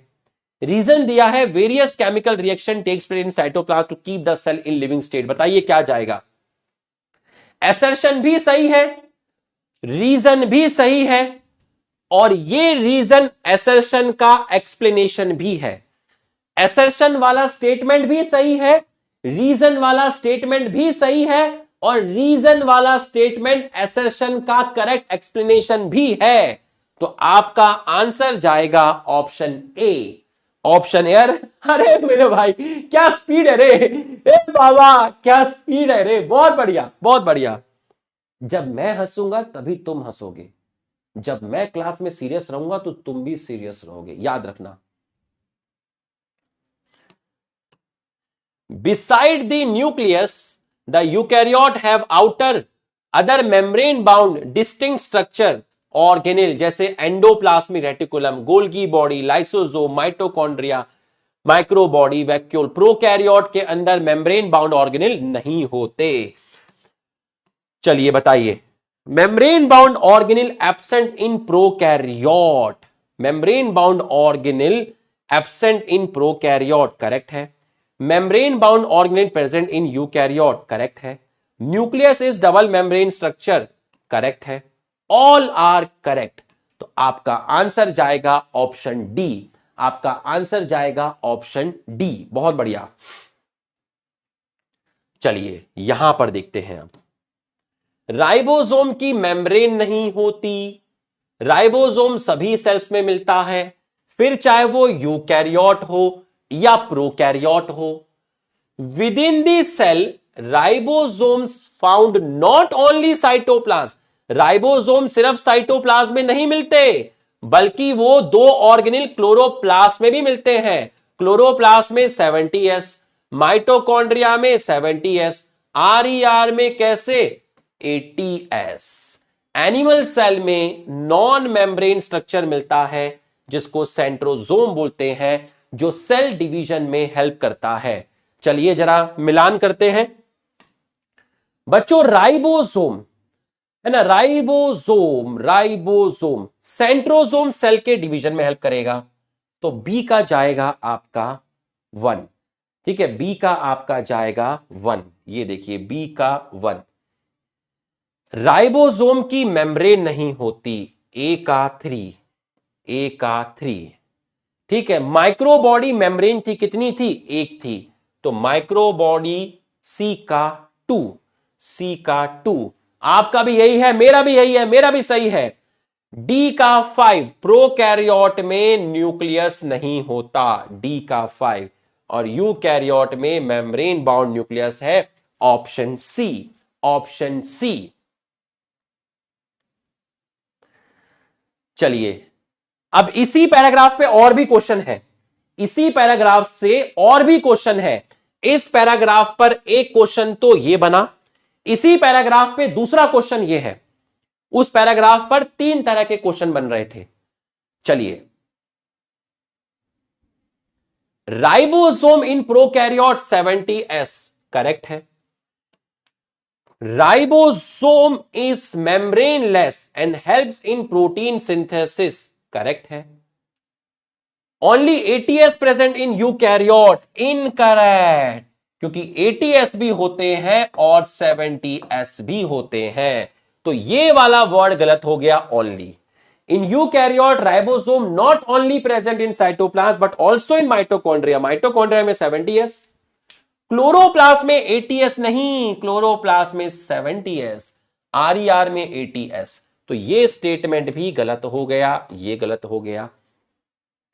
अरे इतनी फास्ट, गजब। F, chloroplast present in eukaryote, animal में नहीं, आपका प्लांट में होगा, ये भी इनकरेक्ट हो गया।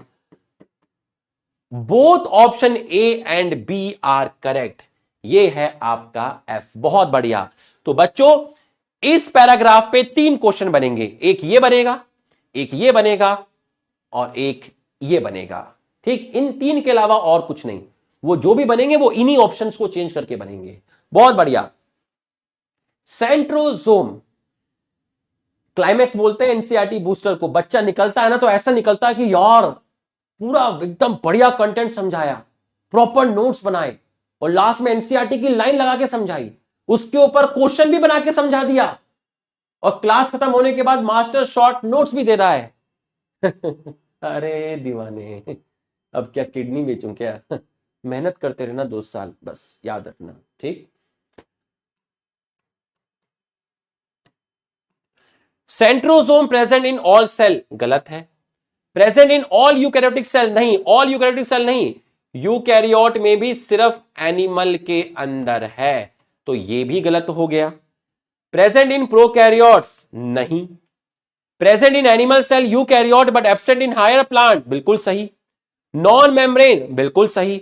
Helps in cell division in plant, plant नहीं, animal. Both D and E are correct, option G. बहुत बढ़िया, शाबाश, बहुत बढ़िया, बहुत बढ़िया। अब ये पैराग्राफ देखिए, आप बताइए जरा इसका आंसर क्या होगा। Cell differ in size, shape and activity, activity मतलब function. For example mycoplasma, mycoplasma क्या है? प्रोकैरियोट है, यूनिसेलुलर है, प्रोकैरियोट है, यूनिसेलुलर है। द स्मॉलेस्ट सेल कितना? 0.3 माइक्रोमीटर इन लेंथ। बैक्टीरिया क्या है? यूनिसेलुलर है, प्रोकैरियोट है, 3 to 5 माइक्रोमीटर। लार्जेस्ट आइसोलेटेड, अपने आप में एक सिंगल सेल, कौन? Egg of ostrich. Multicellular organism में RBC 7 micrometre in diameter. Nerve cell सबसे लॉन्गेस्ट है ह्यूमन के केस में। सेल का शेप वेरी करता है, ये डिस्क जैसा हो सकता है, polygonal, columnar, cuboidal, thread like, even irregular. The shape of cell vary with function. बताइए जरा, अब असेंडिंग ऑर्डर में लगाना है, मतलब सबसे छोटा तो माइकोप्लाज्मा है, तो इसका मतलब ए और ए, ठीक है, ए और ए, ठीक है। और सबसे बड़ा है आपका क्या? ऑस्ट्रिच एग है, तो ये आपका बी, बी। अब आपका क्या बचा? बैक्टीरिया 3 to 5 माइक्रोमीटर था, ठीक, और उसके बाद ह्यूमन आरबीसी, आपका जाएगा ऑप्शन ए, ऑप्शन ए। बहुत बढ़िया, बहुत ही बढ़िया। इसके ऊपर एक और क्वेश्चन है आपका, बहुत बढ़िया। एसर्शन, नीट में एसर्शन रीजन भी आते हैं, इसलिए मैंने एसर्शन रीजन भी डाल दिए हैं। Cell may be disc like, polygonal, columnar, cuboidal, thread like और इवन इरेगुलर। एसर्शन वाला स्टेटमेंट सही है। रीजन वाला statement, shape of cells may vary with function, reason वाला स्टेटमेंट भी सही है और रीजन वाला स्टेटमेंट एसर्शन स्टेटमेंट का एक्सप्लेनेशन भी है। तो इसका मतलब बताइए क्या आंसर जाएगा? आपका जो आंसर जाएगा, शेप ऑफ सेल, अलग अलग शेप इसलिए मिलता है क्योंकि वो फंक्शन के अकॉर्डिंग चेंज होता है। तो आपका ये भी सही है, ये भी आपका सही है, ये भी आपका सही है। अब आपको क्या करना है? अब आपको क्या करना है, ध्यान से मेरी बात को समझिएगा। मैंने आपको लेक्चर 1 पढ़ाया था जिसका आप रिवीजन कर चुके हैं मैनी टाइम्स। यस और नो? यस और नो? जो जो मेरा रिवीजन प्लानर फॉलो करेगा उसकी लाइफ बन जाएगी। वो 2 या 3 महीने बाद, 1 महीने बाद भी याद करेगा, यार कि सर ने 2 महीना पहले जो पढ़ाया था वो मुझे अभी तक याद है। लेक्चर 1 आप बहुत बार कर चुके हो। लेक्चर 2 को आप आज सोने से पहले, बिफोर स्लीप, सोने से पहले आप 45 मिनट्स लगाओगे, 45 मिनट्स लगाओगे। ठीक? जब आप लेक्चर 2 को कंप्लीट करोगे आज, ठीक है, जब आप लेक्चर 2 को आज कंप्लीट करोगे, इस बॉक्स में आज के बारे में, आज है थर्सडे, ठीक है, तो लेक्चर 2 को आप सोने से पहले 45 मिनट में कंप्लीट करोगे और आज ही आपको सोने से पहले लेक्चर 1 का रिवीजन करना है और वो 10 मिनट में आपका हो जाएगा। ठीक? उसके बाद कल है फ्राइडे, जिसको आपने आज 45 मिनट में पढ़ा, कल आप पूरे दिन में कभी भी लेक्चर 2 को रिवाइज करके आना और उसको रिवीजन करने में आपको कल सिर्फ 15 मिनट लगेंगे और कल ही आपको लेक्चर 1 का रिवीजन करना, और यकीन मानिए इस बार रिवीजन करने में 5 मिनट्स लगेंगे। तो कल आपको 20 मिनट्स निकालने हैं बिफोर क्लास, 20 मिनट्स निकालने हैं बिफोर क्लास, क्योंकि आफ्टर क्लास तो फ्राइडे का लेक्चर भी ऐड हो जाएगा। तो फिर मैं आपको Saturday, Friday, Sunday, Monday, Tuesday की दवाई अलग दूंगा। अभी इसको फॉलो करना, अभी इसको फॉलो करना, अभी इसको फॉलो करना, अभी इसको फॉलो करना। ठीक? अभी इसको फॉलो करना। तो बच्चों, आपको लेक्चर कैसा लगा? अगर आपको मजा आया तो आप एक बार हमारे सम्मान में दिल बना दीजिए। एक बार चैट बॉक्स में दिल की रफ्तार आ जानी चाहिए अगर आपको लेक्चर में आज मजा आया। पूरा रेड रेड कर दो अगर आपको मजा आया। धीरे धीरे नशा बढ़ेगा। स्क्रीन प्ले बहुत तकड़ा रहता है मेरा और क्लाइमेक्स तो बहुत ही खतरनाक रहता है। चलिए बना दीजिए फटाफट, दिल बना दीजिए, दिल बना दीजिए।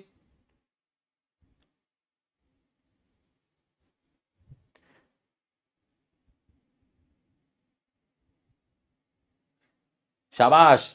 मैं इसका वीडियो लेने वाला था लेकिन मेरा मोबाइल ही नहीं चल रहा। मैंने कहा चलो कोई बात नहीं। बहुत बढ़िया, शाबाश, बहुत बढ़िया, बहुत बढ़िया। आपके दिल की रफ्तार ये बता रही है कि आप पीडब्ल्यू का बहुत सम्मान करते हैं, पीडब्ल्यू से बहुत प्यार करते हैं, पीडब्ल्यू के टीचर का सम्मान करते हैं। और ये दिल की जो रफ्तार है ये ही हमारा और आपका एक बॉन्डिंग है, आपका प्यार है। ठीक है? तो बच्चों, enough of talk, let's end. मस्त होके बैठना, चौड़े होके बैठना, स्ट्रेस फ्री होके बैठना, क्योंकि भाई कल फिर आएगा। Thank you.